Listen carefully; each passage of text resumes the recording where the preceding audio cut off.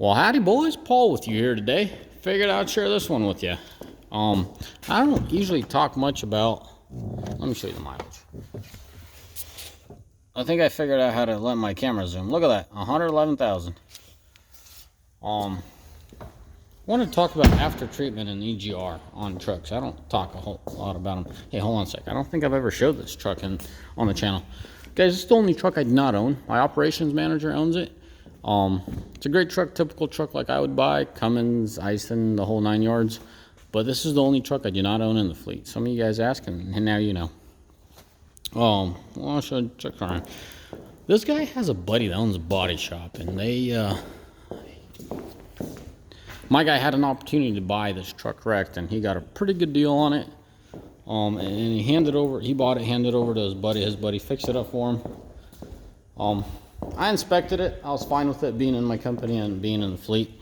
I'm very picky the way things are repaired. You know, if you wanna go a little bit and cut corners on paint and body work, that's all on you. As long as it's respectable in the aspect of work and representing my company. But as far as safety and the whole mechanical side of it, there ain't no cutting corners. Now, why was I showing you the side? This truck previously was a contractor's, like a framer's or something in the construction world. I mean, this truck was fairly beat up when it came from the accident. Well, not just the accident alone beat it up, but the condition that it was in. I mean, that's from now usage. I mean, this was a lot worse. Anyways, back to the truck and the EGR and the after treatment system. Paul, you always say 150, 200, your EGR is going to go. You know, your EGR cooler, not the EGR valve. You know, your after treatment, those canisters are going to go about 250, give or take some. Why at 111? That's the replacement. Anytime I get a chance to buy low mileage parts, I will stock them up. Situations like this. At 111, this truck went. I just told you the backstory of this truck. This is the contractors, you know, framers, most likely framers, because I mean, that's the conclusion I came up with when I saw this truck wrecked and all the garbage that was in it. The nature of the business, being a contractor as far as framework goes, you're going to beat up your rig really bad. But the bottom line, what affects this, what we're talking about here, is the low mileage, high idle, around town, lugging around. That kills these after treatments. They have to regen a lot more than the freeway, mileage-wise. A lot more, mileage-wise. As far as regen, let's just say for 100,000, a highway truck versus a city truck, the regen process, I mean, we're talking about, I'd say 6 times to 8 times more. I mean, it's pretty bad. So at 111, being a contractor's truck up until 60,000 and then becoming a highway truck, that's why at 111 the EGR cooler went. Not the valve, guys. The valve usually either it's a decent one or it's a bunch of crap. So within the first 20, okay, worst case scenario 30,000, if EGR doesn't go valve, then you're good. Most likely it'll stick around. As far as this throttle thing goes, or the whatever, just call it a throttle for the cooler or a valve for the cooler, we've never had issues with those. It's always the EGR coolers. So what's going to happen, you're going to start losing a bunch of coolant.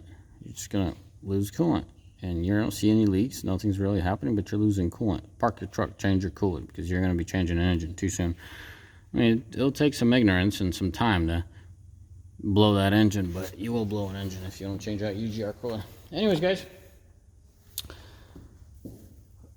a lot of you guys are doing, 12, 15,000 miles a year, and you guys are coming up to this situation where you're going to have a bunch of repair bills with this EGR and after treatment. It's absolutely junk. I hate it. I hate the after treatment. I don't review it. There's a reason for it, because I hate it so much.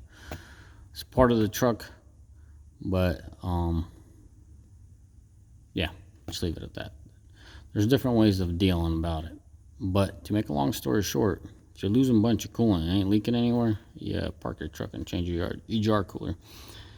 For in-town guys, expect about 100 to 150 out of your EGR coolers. And the highway guys, about 150, 200. Just the nature of the beast. And then your canister is going to be about 250. For the local guys, and still about 250 for the highway guys. The canister, as far as the exhaust after treatment stuff goes, hey, they just plug up. You're gonna get a sluggish truck. Your truck ain't gonna pull All I gotta say is, you know, you gotta replace them. You know, legally, that's all I could advise you to do.